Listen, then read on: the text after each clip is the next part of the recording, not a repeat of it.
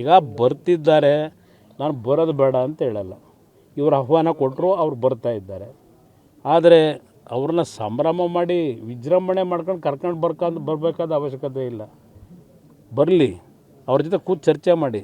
ಇವತ್ತು ಸ್ವಾತಂತ್ರ್ಯ ಪೂರ್ವಕ್ಕಿಂತಲೂ ಹಿಂದಿನಿಂದಲೂ ನಮ್ಮ ರಾಜ್ಯದ ಮೇಲೆ ಆಗಿರತಕ್ಕಂಥ ಅನ್ಯಾಯ ಇದು ನಿರಂತರವಾಗಿ ನಡ್ಕೊಂಬಂದಿದೆ.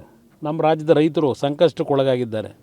ಇದಕ್ಕೆ ಪರಿಹಾರ ಕಂಡುಹಿಡಿತಕ್ಕಂಥ ನಿಟ್ಟಿನಲ್ಲಿ ಚರ್ಚೆ ಮಾಡೋಕ್ಕೆ ಬಂದರೆ ಸರಿ. ಅದು ಹೊರತುಪಡಿಸಿ ನೀರು ಕೊಡಿ ಅಂತ ಕೇಳಕ್ಕೆ ಬಂದಿದ್ದರೆ, ಈಗ ಹಿಂದೆ ನಡ್ಕೊಂಡಂಥ ಮುಖ್ಯಮಂತ್ರಿಗಳಿಗೂ ಇವ್ರಿಗೂ ವ್ಯತ್ಯಾಸ ಏನಿದೆ? ಅದರಿಂದ ನಾಡಿನ ಸಭೆ ಅವರೇನು 3ನೇ ತಾರೀಕು ಕರ್ಕೊಂಡಿದ್ದಾರೆ, ಕರೆಯೋದಕ್ಕೆ ನಂದು ವಿರೋಧ ಇಲ್ಲ. ಆದರೆ ನಿಜವಾದಂಥ ವಾಸ್ತವಾಂಶವನ್ನು ಅವ್ರ ಮುಂದೆ ಇಟ್ಟು ಎರಡೂ ರಾಜ್ಯದವರು ಅಣ್ಣ ತಮ್ಮಂದ್ರ ಥರ ಬದುಕಬೇಕು ಅಂತಕ್ಕಂಥದ್ದಿದ್ದರೆ ನಿಮಗೂ ಸರಿಯಾದ ರೀತಿಯಲ್ಲಿ ನಮ್ಮ ರಾಜ್ಯದ ರೈತರಿಗೂ ಗೌರವ ಕೊಡ್ತಕ್ಕಂಥದ್ದು, ಅಣ್ಣ ತಮ್ಮಂದ್ರ ರೀತಿ ಬದುಕ್ತಕ್ಕಂಥದ್ದಕ್ಕೆ ಒಂದು ವೇದಿಕೆ ಸಿದ್ಧ ಮಾಡಿ ಅಂತ ಕೇಳೋದು ಒಳ್ಳೆಯದು. ಪರಿಹಾರ ಕೇಳಿದ್ರೆ ಕೇಂದ್ರದ ಕಡೆ ಕೈ ಬೆಟ್ಟು ತೋರಿಸ್ತಾರೆ. ರಾಜ್ಯ ಸರ್ಕಾರ ಇರೋದು ಯಾಕೆ? ಕೇಂದ್ರ ಸರ್ಕಾರದಿಂದ ಏನು ಕೊಡಬೇಕು ಕೊಡ್ತಾರೆ. ಇವತ್ತು ಫೈನಾನ್ಸ್ ಕಮಿಷನ್ಗಳೇನಿದೆ, ಫೈನಾನ್ಸ್ ಕಮಿಷನ್ನಲ್ಲಿ ಪ್ರತಿ ವರ್ಷದ ಬರಗಾಲಕ್ಕೆ ಡಿಸಾಸ್ಟರ್ ಮ್ಯಾನೇಜ್ಮೆಂಟಿಗೆ ಎಷ್ಟು ಹಣ ಕೊಡಬೇಕು ಅನ್ನೋದು ಮೊದಲೇ ನಿಗದಿಯಾಗಿರ್ತದೆ.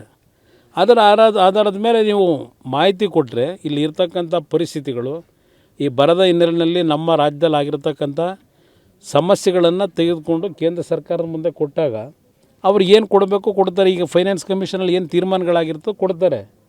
ರಾಜ್ಯ ಸರ್ಕಾರದಿಂದ ನೀವೇನು ಮಾಡ್ತೀರಿ? ನೀವು ಮಾಡಬೇಕಲ್ಲ. ಈಗ ನಾನು 2 ಬಾರಿ ಮುಖ್ಯಮಂತ್ರಿ ಆಗಿದ್ದೆ.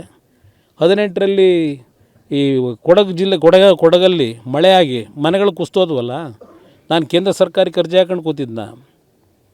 ಒಂದೊಂದು ಕುಟುಂಬ ಮನೆ ಕಳ್ಕೊಂಡವ್ರಿಗೆ 10.5 ಲಕ್ಷ ರೂಪಾಯಿ ಮನೆ ಕಟ್ಟಿಸ್ಕೊಟ್ರೆ, ಇನ್ನೂ ಅಲಾಟ್ ಮಾಡಿಲ್ಲ. ನಾನು ಆ ಕಾಲದಲ್ಲಿ ತೆಗೆದುಕೊಂಡಂಥ ನಿರ್ಧಾರ ಇದೆಯಲ್ಲ, 8 ವರ್ಷ ಆಯ್ತಾ ಬಂತು. ಇವತ್ತಿನವ್ರಿಗೆ ಇನ್ನೂ ಎಷ್ಟೋ ಮನೆ ರೆಡಿಯಾಗಿದ್ದು ಇನ್ನೂ ಅಲಾಟ್ಮೆಂಟೇ ಮಾಡಿಲ್ಲ ಕೊಡಗಲ್ಲಿ. ನಾನು ಕೇಂದ್ರ ಸರ್ಕಾರ ಕಾಯ್ತಾ ಕೂತಿದ್ನ. ಮಾಡಿ ತೋರಿಸಿಲ್ವ ನಾವು? ರಾಜ್ಯ ಸರ್ಕಾರ ಇರೋದೇ ಅದಕ್ಕೆ ಯಥೇಚ್ಛವಾಗಿ ಬೇರೆ ಬೇರೆ ರೀತಿಯಲ್ಲಿ ವ್ಯವಹಾರ ಮಾಡ್ಕೊಂಡು ಹಣ ಖಾಲಿ ಮಾಡ್ಲಿಕ್ಕೆ ರಾಜ್ಯದ ಜನ ತೆರಿಗೆ ಹಣ ಕೊಟ್ಟಿರೋದು ನೀವು ಮಜಾ ಮಾಡ್ಕೊಂಡಿರಿ ಅಂತಲ್ಲ. ಬರೀ ಕೇಂದ್ರ ಸರ್ಕಾರದ ಕಡೆ ಕೈ ತೋರಿಸಿ ನೀವೇನು ಮಾಡ್ತೀರಿ ಮೊದಲು ಅದು ಹೇಳಬೇಕಲ್ಲ, ಜನಕ್ಕೆ ತಿಳಿಸ್ಬೇಕಲ್ಲ.